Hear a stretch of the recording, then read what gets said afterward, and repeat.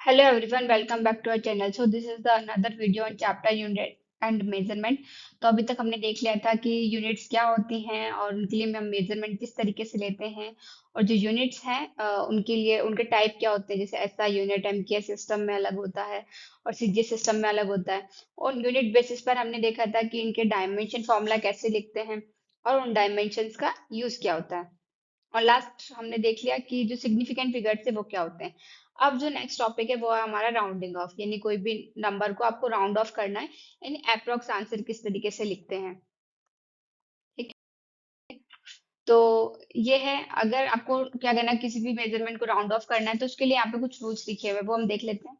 तो if the digit to be dropped is smaller than 5, ये हम डेसिमल में बात करें, अगर हम नॉर्मल विदाउट डेसिमल की भी बात करेंगे तो भी रूल्स क्या होते हैं, सेम ही होते हैं। तो if the digit to be dropped is smaller than 5, यानी जिसको आपको ड्रॉप करना है वो क्या है, 5 से स्मॉलर है, तो क्या होगा, then preceding digit is left unchanged. जैसे कि मैंने एग्जांपल लिया 10.012, अब मुझे इसको अप टू 2 डेसिमल तक क्या करना है, राउंड ऑफ करना है, यानी 1 को मुझे राउंड ऑफ करना है, तो 1 के बाद के जो भी नंबर है मुझे राउंड ऑफ में हटाने पड़ेंगे। तो 1 के बाद मतलब जिसको भी राउंड ऑफ करना होता है, जैसे आपको 2 डेसिमल बोला तो 2 के बाद यानी थर्ड वाला डिजिट देखोगे आप और वो चेक करोगे क्या वो 5 से छोटा है या 5 से बड़ा है। क्या फर्स्ट कंडीशन क्या है, स्मॉलर देन 5, तो ये 5 से छोटा है। इट मीन्स आप डिजिट को क्या रखोगे, अनचेंज रखोगे, यानी आप इसको क्या लिख दोगे, सिंपल 10.01 लिख दोगे। ठीक। अब दूसरा क्या है, if the digit to be dropped is greater than 5, अभी था स्मॉलर देन 5, अगर ग्रेटर देन 5 हो जाए तो प्रीसीडिंग डिजिट जो है, यानी जिसको हमें राउंड ऑफ करना है, आपने 2 3 जो भी बोला है, तो उसमें क्या कर देंगे, 1 ऐड कर देंगे, इंक्रीज बाय 1। वही सेम मैंने एग्जांपल है 10.015। अब मुझे अप टू 2 डेसिमल तक चाहिए, अप टू 2 डेसिमल के बाद क्या है, नेक्स्ट डिजिट थर्ड डिजिट यानी 5। अब 5 से बड़ा चाहिए तो मैंने इसको कर दिया 6। 5, तो मैंने इसको कर दिया 6, तो अब क्या करना है, अगर 5 से बड़ा है तो क्या कर देंगे, प्रीसीडिंग डिजिट में 1 ऐड कर देंगे, यानी इसको हम राउंड ऑफ कर सकते हैं 10.02 में। 1 में मैंने 1 ऐड कर दिया तो 2 हो गया। तो ये सेकंड रूल हो गया। अब थर्ड जो रूल है वो है 5 के लिए। अब 5 के लिए जो है 3 रूल आते हैं, यहाँ पर लास्ट के जो तीनों रूल है वो किसके लिए, 5 के लिए।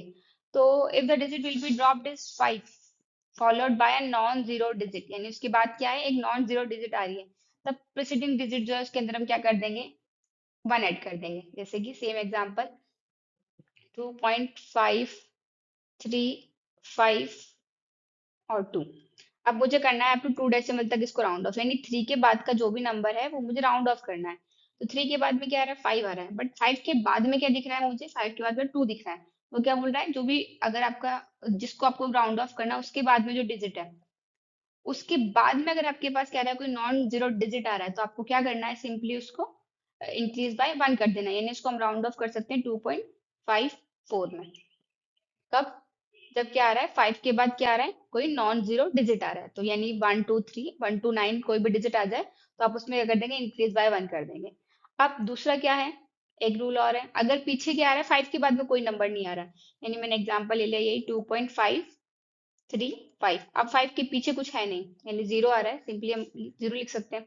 तो अब कैसे राउंड ऑफ करेंगे, तो इसने क्या कंडीशन दी, then the preceding digit is left unchanged, कब होगी अनचेंज, जब क्या होगा, इवन नंबर होगा, यानी 5 से पहले अगर क्या है, इवन नंबर है, ये दोनों कंडीशन सेम ही है लास्ट वाली, एक है इवन के लिए एक ऑड के लिए।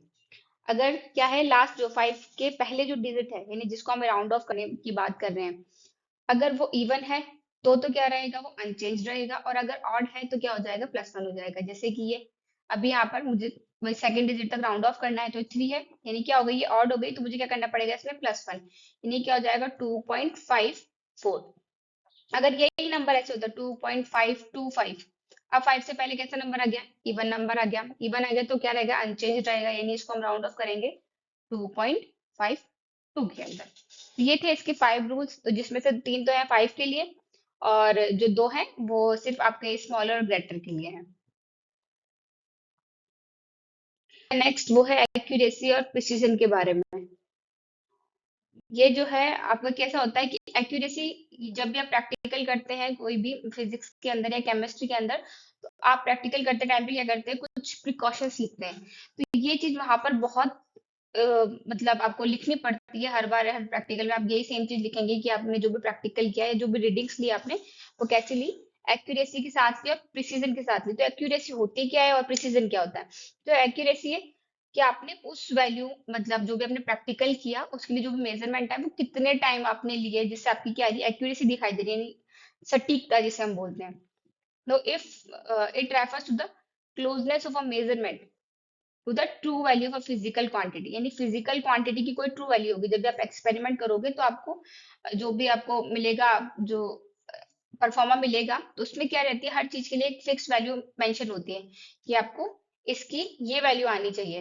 तो अगर आपने क्या आ रही है, आपकी जो वैल्यू है उसके क्लोज आ रही है, तो आपका मेजरमेंट क्या है, आपके मेजरमेंट को क्या देंगे, एक्यूरेसी, कि आपका जो मेजरमेंट है वो एक्यूरेट आ रहा है, यानी उसके थोड़ा बहुत आसपास है, बट एग्जैक्ट नहीं आया, बट क्या है, वो एक्यूरेसी बता रहा है।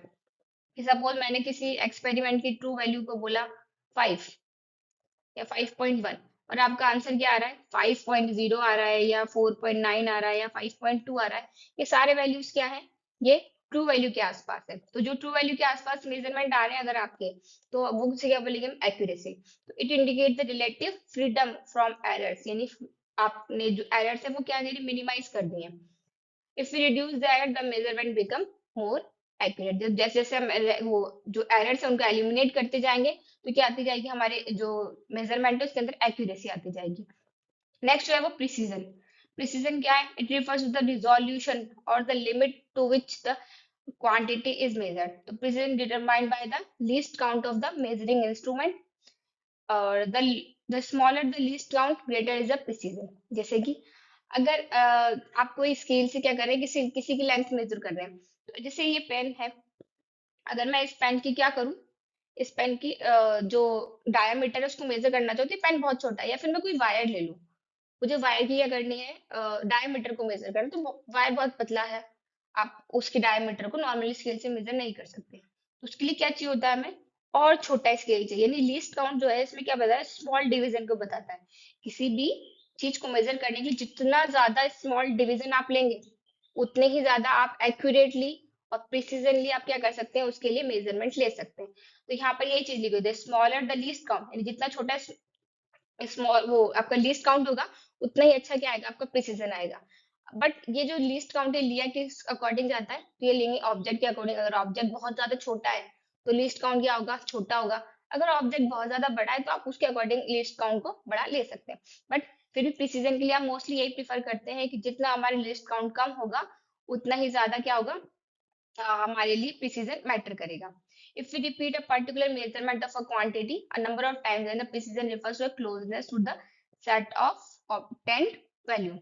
तो अगर आप क्या कर रहे हैं, बार बार उसी मेजरमेंट को रिपीट कर रहे हैं, कि जब भी आप प्रैक्टिकल करेंगे तो आपको पता लगेगा कि आपको एक ही वैल्यू निकालने के लिए कम से कम 5 बार 10 बार आप क्या कर रहे हैं, उस सेम एक्सपेरिमेंट को रिपीट कर रहे हैं। तो उससे क्या होता है, हमें जो भी वैल्यू है उसकी एक, हम ट्रू वैल्यू की तरफ जाते हैं, या फिर हमें क्या एक्यूरेसी जो मिल जाती है। हो सकता है एक बार कोई मिस्टेक आ गई हो, दूसरी बार नहीं आई हो, तीसरी बार आ गई हो, चौथी बार नहीं आई हो, तो उससे आपको पता लग जाता है कि आपके जो प्रैक्टिकल है उसमें कितनी एरर आ रही है, और आपको उसमें कितना इम्प्रूवमेंट करने की नीड है। प्रैक्टिकल कर रहे हैं तो उसमें क्या होगी, कुछ ना कुछ एरर्स भी आएंगी। तो ये जो एरर्स है आप उनको डिफाइन कैसे करें, हमको पता कैसे लगेगी कि कौन सी एरर है, किस तरीके से है। या आपको, जैसे आप एक्यूरेसी की बात कर रहे थे अभी, हम एक्यूरेसी प्रिसीजन की, तो उसमें एरर की बात करते हैं, तो वो जो एरर है वो पता कैसे लगे कि एरर होगी कैसे, या हम उसको एलिमिनेट कैसे कर सकते हैं। तो पहले तो हम ये देखेंगे कि एरर होती क्या है, एरर को डिफाइन कैसे करते हैं, और फिर एरर को एलिमिनेट कैसे कर सकते हैं। So every measurement is done with the help of some instrument। तो जो भी, जैसे मैंने बोला है, कुछ लेंथ मेजर करनी तो स्केल की हेल्प से मेजर कर दो, कुछ ना कुछ मुझे क्या चाहिए, इंस्ट्रूमेंट चाहिए किसी भी चीज को मेजर करने के लिए। While making the measurement, some uncertainty gets introduced in measurement. As a result, the measure value is always somewhat different from the actual or true value। यानी वो कुछ ना कुछ, अगर मैंने थोड़ा सा, मेरा स्केल हिल गया तो मेरा मेजरमेंट अलग हो गया, या फिर कुछ भी मेरे आसपास की सराउंडिंग की कुछ ऐसी कंडीशन हो गई, मेरा पेपर ही हिल गया, या जो भी एक्सपेरिमेंट एपरेटस था वो हिल गया, या कुछ भी और भी हमारे से प्रॉब्लम्स हो सकते हैं, तो उसकी वजह से क्या होगी, जो मेजरमेंट है उसके अंदर जो हमारे क्या है, मतलब एरर आ सकती है। तो वो जो एरर है वो कैसे आ रही है, किसी भी हमारे सराउंडिंग की कोई प्रॉब्लम हो सकती है, हमारी खुद की भी कोई प्रॉब्लम हो सकती है, उस वजह से हमें क्या करिए एरर, यानी जो ट्रू वैल्यू है, ट्रू वैल्यू से कुछ और हमें क्या मिल रहा है, आंसर मिल रहा है। तो the error is a measurement, क्या है मेजरमेंट किसका, equal to the difference between the true value and the measured value. True value तो वो जो सेट है, यानी इसकी यही वैल्यू आनी चाहिए स्टैंडर्ड वैल्यू एक्सपेरिमेंट की, और मेजर वैल्यू जो हम मेजर कर रहे हैं।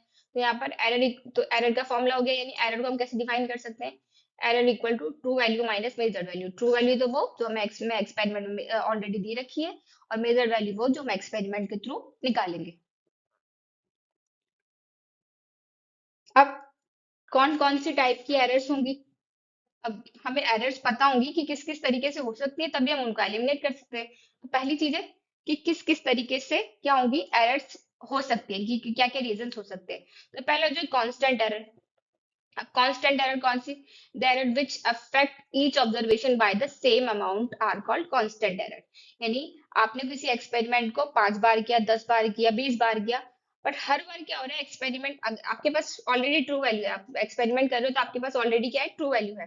तो ट्रू वैल्यू है तो आपको क्या करना है, आपने मेजरमेंट किया हर बार, आपका आंसर आना चाहिए था 5, बट आ रहा है कभी 6 आ रहा है, कभी मतलब 6 तो नहीं, अब यार कांस्टेंट की बात कर रहे हैं, तो 6 आ रहा है, हर बार 6 आ रहा है, 6 6 6 6। तो जब क्या आ रही है, कांस्टेंट वैल्यू आ रही है, अब चाहे आपने कितने भी नंबर ऑफ टाइम्स आपने उस एक्सपेरिमेंट को रिपीट कर लिया हो, बट क्या हो रहा है, वो जो वैल्यू है वो कांस्टेंट आ रही है, यानी हर बार 0.5 से 0.6 से सेम। हर बार जितनी बार आपने 10 टाइम एक्सपेरिमेंट को रिपीट किया, तो हर बार सेम क्या आ रही है, 5। अगर वो ट्रू वैल्यू थी 5, और अगर एक्सपेरिमेंट आ रहा है आपका 6, जो मेजर वैल्यू वो आ रही है 6। आप एन नंबर ऑफ टाइम्स इस एक्सपेरिमेंट को कर रहे हैं, बट वैल्यू क्या आ रही है, फिक्स आ रही है। इट मीन्स वो क्या है, कांस्टेंट एरर है। अब वो किस तरीके से हो सकती है वो हम देख लेंगे। तो ये होगी कांस्टेंट एरर, फिर होती है systematic error, the error which tends to occurs in one direction. One direction कैसे, या तो पॉजिटिव होगी या नेगेटिव होगी। अब पॉजिटिव नेगेटिव कैसे, कि या तो हर बार क्या हो रहा है, आप मेजर कर रहे हो और वो थोड़ी बढ़ती जा रही है, मतलब बढ़ रही है, आगे आपने कुछ किसी लेंथ को मेजर किया, तो क्या हो रही है, जितनी एग्जैक्ट आनी चाहिए थी उससे थोड़ी ज्यादा आ रही है, तो पॉजिटिव हो गई। और नेगेटिव यानी छोटी आ रही है, तो इस तरीके से। फिर अब इसके अंदर आती है इंस्ट्रूमेंटल एरर। इंस्ट्रूमेंटल हो सकती है, जैसे मैंने बताया मैं स्केल से मेजर कर रही हूँ, तो इंस्ट्रूमेंट की हो गई, इंस्ट्रूमेंट की वजह से मिस्टेक आ रही है। तो these error occurs due to inbuilt defect, यानी आपने जो भी इंस्ट्रूमेंट लिया है, इंस्ट्रूमेंट के अंदर ही कोई खराबी हो गई है of the measuring instrument. This error can be detected by measuring a physical quantity with two different instruments. उसी एक्सपेरिमेंट को, जिस चीज को आप मेजर कर रहे हो, उसको आप दो अलग अलग इंस्ट्रूमेंट से मेजर करके चेक कर सकते हो, या फिर सेम फिजिकल क्वांटिटी को दो अलग मेथड से क्या कर सकते हो, मेजर कर सकते हो। तो उसके थ्रू आपको पता लग जाएगा कि ये एरर आ रही है, ये किसकी वजह से, एक्सपेरिमेंट मतलब जो आपका इंस्ट्रूमेंट है उसकी वजह से। मतलब इंस्ट्रूमेंट की एरर को डिफाइन करने के लिए हम सिंपली क्या कर सकते हैं, सेम चीज को दो अलग अलग मेथड से मेजर कर सकते हैं, या फिर दो अलग अलग इंस्ट्रूमेंट से भी मेजर कर सकते हैं। ठीक है, तो उससे क्या पता लग जाएगी आपको कि ये जो एरर है इंस्ट्रूमेंट की वजह से है। अगर वो आपने इंस्ट्रूमेंट चेंज किया, इंस्ट्रूमेंट चेंज करने पर जो आपको ट्रू वैल्यू थी उसके नियर बाय आपका आंसर आ गया, इसका मतलब कि जो एरर थी वो इंस्ट्रूमेंट की वजह से थी। नेक्स्ट जो है इम्परफेक्शन इन एक्सपेरिमेंटल टेक्निक, यानी कि आपको क्या है, कुछ एक्सपेरिमेंट जो अरेंजमेंट होता है उसकी कुछ लिमिटेशंस होती है, यानी जो भी आपने अप्रेटिस लगाया, तो उसकी कुछ लिमिटेशंस भी हो सकती हैं, कि वो इस सराउंडिंग में, इस टेम्परेचर में काम नहीं कर सकता, या फिर आप बोल सकते हैं कि ये इस इससे ज्यादा छोटी चीज को मेजर नहीं कर सकता। तो उस लिमिटेशन की वजह से भी आपका जो मतलब मेजरमेंट है उसके अंदर एरर पॉसिबल हो सकती है। तो this error are due to the limitation of the experimental arrangement. फिर थर्ड जो है वो पर्सनल एरर हो सकती है। पर्सनल कौन सी, this errors arises due to individuals bias, यानी कि मैंने सोचा कि मेरा जो रिजल्ट है वो पॉजिटिव ही आना चाहिए, तो मैं जानबूझ के एरर्स क्रिएट कर रही हूँ कि मुझे क्या चाहिए, अपना आंसर पॉजिटिव चाहिए, चाहे वहां नेगेटिव आ रहा हो, चाहे वहां मतलब इक्वली आ रहा हो, नहीं, बट मुझे क्या शो करना है कि मेरा रिजल्ट पॉजिटिव आ रहा है। तो उसके लिए भी क्या है, ये इंडिविजुअल बायस हो गई। Lake of proper setting of apparatus, यानी जो जो एग्जामिनर है या जो भी है क्या प्रैक्टिकल कर रहा है, उसने एपरेटस को सही से नहीं लगाया, तो उस केस में भी क्या हो सकती है, एरर आ सकती है। तो इसमें भी क्या है, सेटिंग मैं कर रही हूँ एपरेटस की, मैंने सही से नहीं लगाया, तो ये पर्सनल एरर हो गई। फिर इंडिविजुअल केयरलेसनेस, यानी मैंने देखा नहीं, मैंने एपरेटस को लगा दिया, बट वो क्या पता थोड़ा सा इनबैलेंस था, तो वो इनबैलेंस था, तो लगाने में किसी गलती मेरी थी, तो ये क्या होगी, पर्सनल एरर हो गई। ठीक। तो ये अगर और ऑब्जर्वेशन के टाइम पर भी केयरलेसनेस हो सकती है कि मुझे एग्जैक्टली 1 सेकंड बाद क्या करना था, एक्सपेरिमेंट को देख रहा था, मैं 2 सेकंड बाद देख रही हूँ, तो ये क्या होगी, ये मेरी केयरलेस हो गई, तो क्या होगी, पर्सनल एरर के अंदर आ जाएंगे। ठीक है। तो अब फोर्थ है errors due to external cause. External cause कौन से, जैसे कि प्रेशर का हो सकता है, टेम्परेचर का हो सकता है, विंड का हो सकता है कि विंड चली और आपका एपरेटस हिल गया, या विंड से आपके एपरेटस को कुछ दिक्कत हो रहा है, मतलब वो क्या करे, उसके जो मेजरमेंट है उसमें कुछ चेंजेस आ रहे हैं। टेम्परेचर की वजह से हो सकता है कि आपका जो एपरेटस है वो लो टेम्परेचर पर ही वर्क करेगा और आप उसको हायर टेम्परेचर पर वर्क करवा रहे हो। प्रेशर का इफेक्ट हो सकता है। तो कोई भी एक्सटर्नल कॉज है उनकी वजह से जो आ रहा है, उसकी वजह से भी आपको क्या हो सकती है, एरर्स इसमें मिल सकती है। अब जो थर्ड है वो है रैंडम एरर। अब रैंडम एरर कौन सी की, तो हमने देख ली सिस्टमैटिक एरर कौन कौन सी थी। फर्स्ट हमने देखी कांस्टेंट एरर, यानी जो क्या आ रही है हर एक्सपेरिमेंट में फिक्स आ रही है। फिर सेकंड हमने देख ली सिस्टमैटिक। सिस्टमैटिक के अंदर हमने 4 एरर देख ली कौन कौन सी हो सकती है। अब ये है random error. This error which occurs regularly and it randomly in magnitude and direction are called random error. यानी कोई भी एक्स वाई जेड कोई भी एक्सपेरिमेंट को कर रहा है, तो उसको क्या देखने को मिल रही है, वो एक्सपेरिमेंट में एरर देखने को मिलती है, तो क्या रेगुलर बेसिस पर हो रही है, तो वो हो जाएंगे हमारी रैंडम एरर्स। फिर होती है लीस्ट काउंट की एरर। लीस्ट काउंट एरर, तो लीस्ट काउंट क्या था, अगर आपको किसी भी चीज को मेजर करना है तो उसके लिए आपको क्या चाहिए, लीस्ट काउंट चाहिए। लीस्ट काउंट कि अगर मुझे इसका क्या करना है, डायमीटर को मेजर करना है, तो मुझे क्या चाहिए, बहुत छोटा स्केल चाहिए। यानी जितना छोटा क्या होगा लीस्ट काउंट होगा, उसके अकॉर्डिंग आपका प्रिसीजन क्या होगा, और अच्छा होता जाएगा। यानी जितनी छोटी चीज है आपको उसको मेजर करने के लिए उतना छोटा ही क्या लेना पड़ेगा, इंस्ट्रूमेंट लेना पड़ेगा, जिससे आपको उसको मेजर कर सको। तो these are due to the limitation imposed by the least count. यानी आपने ले लिया नॉर्मल स्केल, आप नॉर्मल स्केल से किसी भी जो वायर है उसके डायमीटर को या रेडियस को मेजर नहीं कर सकते, तो वो क्या हो गया, लीस्ट काउंट की प्रॉब्लम होगी, क्योंकि आपने आपका जो स्केल है नॉर्मली वो 0.1 मीटर का ही है, मतलब 0.1 सेंटीमीटर का ही, तो 0.1 सिर्फ मेजर कर सकता है। और वो जो आपका वायर है वो 0.1 से भी छोटा है, उसका डायमीटर जो 0.1 से भी छोटा है, तो आप उसको उससे मेजर ही नहीं कर सकते। तो जो लिमिटेशन है किसकी हो गई है, लीस्ट काउंट की हो गई। तो लीस्ट काउंट होता क्या है, ये स्मॉलेस्ट डिवीजन होता है किसी भी स्केल का। जैसे मैंने बोला हमारा जो स्केल है नॉर्मल, अगर 0 to 1 है, 0 to 1 के अंदर कितने डिवीजन होते हैं, 10 डिवीजन होते हैं। तो 10 जो फर्स्ट डिवीजन है, यानी छोटा से छोटा जो डिवीजन है इसका, वो क्या है, 0.1 का है, तो वो क्या हो जाएगा, इसका लीस्ट काउंट हो जाएगा। अब फिफ्थ आती है ग्रॉस एरर। ग्रॉस एरर क्या होती है, तो this error due to the either carelessness of the person, मेरी गलती की वजह से हो गई, या फिर इम्प्रॉपर एडजस्टमेंट की वजह से होगी प्रॉपर के, तो इसके लिए कोई भी करेक्शन नहीं होता। क्योंकि अब अगर आपने एक्सपेरिमेंट जो एपरेटस है वही सही नहीं लगाया, तो उसके लिए कोई हम करेक्शन नहीं कर सकते। आपको क्या करना पड़ेगा, उस एक्सपेरिमेंट को दोबारा ही परफॉर्म करना पड़ेगा। तो ये थी क्या, एरर्स। अब इन एरर्स को हमें, अगर हमें एरर्स आइडेंटिफाई कर लिए तो इनको एलिमिनेट भी करना पड़ेगा, क्योंकि हमारा जो मोटिव है वो क्या है, अपने प्रैक्टिकल को सही करना, कि हमारी जो वैल्यू है वो एग्जैक्ट आनी चाहिए, नियर टू एग्जैक्ट, यानी एग्जैक्ट आनी चाहिए। तो उसके लिए क्या करेंगे, हमें एरर पता लग गई कि एरर किस किस चीज की वजह से हो रही है, तो हमें क्या करना पड़ेगा, उनको एलिमिनेट करना होगा। एलिमिनेशन ऑफ एरर, एरर्स का एलिमिनेशन कैसे करेंगे, तो नॉर्मल और Gaussian law of random errors show that the probability of occurrence of positive and negative errors is same. यानी कि किसकी probability, पॉजिटिव और नेगेटिव दोनों की probability क्या होती है, सेम। यानी जैसे नॉर्मल कोई कॉइन है, मैं कॉइन को टॉस कर रही हूँ, तो हेड और टेल दोनों आने की प्रोबेबिलिटी क्या है, सेम है, यानी हाफ हाफ है। तो यहाँ पर वही पॉजिटिव और नेगेटिव एरर दोनों की जो प्रोबेबिलिटी होती है वो सेम होती है। सो रैंडम एरर्स, इसीलिए किसकी बात कर रहे हैं हम, सिर्फ रैंडम एरर्स की बात कर रहे हैं। तो यहाँ जो हम एलिमिनेशन मेथड देख रहे हैं एरर्स के लिए, वो किसके लिए बात कर रहे हैं, सिर्फ रैंडम एरर्स के लिए। तो रैंडम एरर्स को हम क्या कर सकते हैं, मिनिमाइज कर सकते हैं, minimize by the repeating measurement large number of times. यानी मेजरमेंट क्या करें, बार बार रिपीट करें, जैसे कि वैल्यू एक ही निकालने पर उस एक वैल्यू को निकालने के लिए हम 5 से 10 बार उस सेम प्रैक्टिकल को परफॉर्म करें, तो उससे क्या होगी, उस प्रैक्टिकल की जो वो एरर है वो एलिमिनेट हो जाएगी।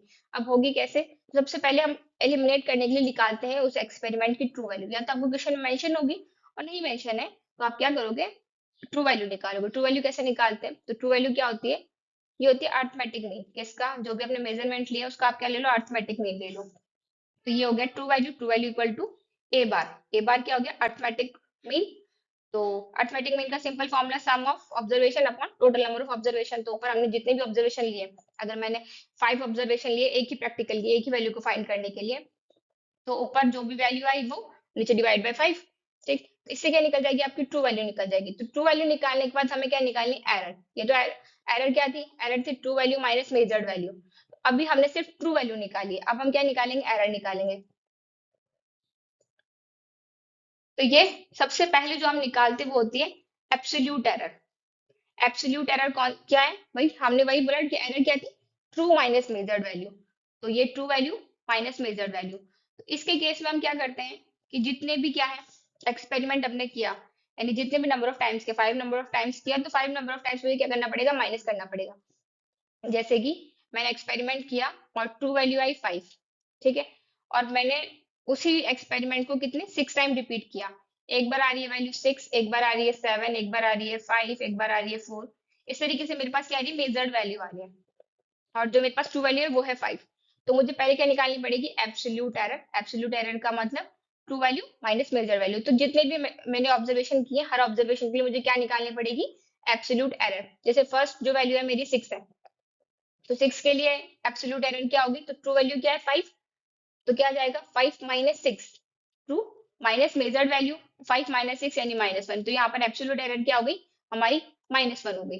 एब्सोल्यूट एरर -1 हो गई। ठीक, अब ऐसे सेकंड वैल्यू है, सेकंड वैल्यू क्या आई मेरी 7 आई, तो वही ट्रू वैल्यू 5 ही थी मेरी, तो 5 माइनस 7 करूंगी तो क्या आ जाएगा आंसर, -2 आ जाएगा। तो ये क्या आ गई मेरी एब्सोल्यूट एरर आ गई। तो जितने भी एक्सपेरिमेंट मैं कर रही हूँ यहाँ पर, जितने भी नंबर ऑफ टाइम्स मैं रिपीट कर रही हूँ एरर्स को, मतलब जो मेजरमेंट है उसको, तो मुझे उन सब के लिए मुझे क्या निकालनी पड़ेगी, एब्सोल्यूट एरर निकालनी पड़ेगी। एब्सोल्यूट एरर निकाल के फिर क्या निकालेंगे हम, निकालेंगे final absolute error. Final absolute error क्या होगी, जितनी भी एब्सोल्यूट एरर आ गई, जितने नंबर ऑफ टाइम्स मैंने रिपीट किया, अगर 5 टाइम्स रिपीट किया है तो 5 जो 5 नंबर ऑफ ऑब्जर्वेशन है, एब्सोल्यूट एरर जो है उनका क्या लेना पड़ेगा, मुझे अर्थमेटिक मीन लेना पड़ेगा। तो वो मुझे क्या मिल जाएगी, फाइनल एब्सोल्यूट एरर। तो ये जो अर्थ क्या है, ये arithmetic mean of absolute error, यानी यहाँ से भी 5 वैल्यू आएंगी निकल के एब्सोल्यूट एरर की, उन्हीं 5 वैल्यू का मुझे वापस क्या लेना है, अर्थमेटिक मीन लेना है। तो मुझे मिल जाएगी फाइनल एब्सोल्यूट एरर। फिर फोर्थ आएगी रिलेटिव एरर या फ्रैक्शनल एरर। तो ये आपको क्वेश्चन के अकॉर्डिंग देखना पड़ेगा कि आपको क्या मेजर करना है और क्या पूछा गया है। तो फोर्थ क्या निकाला है, रिलेटिव एरर। अब रिलेटिव में क्या लेंगे, ऊपर लेंगे फाइनल एब्सोल्यूट एरर, और ये रिलेट किससे कर रहे हैं हम, ट्रू वैल्यू से। तो नीचे क्या आ जाएगी, ट्रू वैल्यू आ जाएगी। तो ये डेल्टा ए को बोलते हैं हम रिलेटिव एरर और fractional error. Equal to delta A bar, ऊपर ए डेल्टा ए बार है फाइनल एब्सोल्यूट एरर, और नीचे है ट्रू वैल्यू यानी ए बार। अब ये निकल गई, इसके बाद निकालेंगे हम परसेंटेज एरर। तो परसेंटेज एरर क्या होगी, जो रिलेटिव एरर है उसको आप मल्टीप्लाई बाय 100 कर दोगे, इसमें चेंज आएगी, परसेंटेज में चेंज आएगी। तो अब जैसे आपके क्वेश्चन में बोले, आपको सिर्फ क्वेश्चन में बोले रिलेटिव एरर फाइंड करने के लिए, तो आपको पहले निकालनी ट्रू वैल्यू, फिर निकालनी आपको एब्सोल्यूट एरर, उसके बाद निकालनी आपको फाइनल एब्सोल्यूट एरर, उसके बाद निकालोगे आप रिलेटिव एरर। बट आपको बोला परसेंटेज, तो आपको सारे स्टेप फॉलो करने पड़ेंगे। अगर सिर्फ एब्सोल्यूट एरर बोल रहा है तो आपको ट्रू वैल्यू निकालो और ट्रू वैल्यू को मेजर वैल्यू में से माइनस करो, मतलब ट्रू माइनस मेजर करो, तो आपको क्या मिल जाएगा, एब्सोल्यूट एरर मिल जाएगा।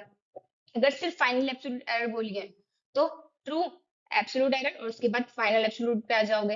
और अगर रिलेटिव बोलिए तो सेम, पहले ट्रू फिर एब्सोल्यूट और फिर फाइनल एब्सोल्यूट और उसके बाद में रिलेटिव। परसेंटेज है तो ट्रू और एब्सोल्यूट एरर और फाइनल एब्सोल्यूट और रिलेटिव एरर निकालोगे, उसके बाद में क्या कर दोगे, परसेंटेज में उसको चेंज कर दोगे। तो ये क्या है, ये मेथड है किसको, रैंडम एरर्स को एलिमिनेट करने के लिए। तो this is all about the chapter unit and measurement. तो ये आपका चैप्टर खत्म हो गया है। अब नेक्स्ट क्लास से हम क्या करेंगे, चैप्टर सेकंड स्टार्ट करेंगे, motion in straight line. So if you like the video please share and subscribe. Thank you.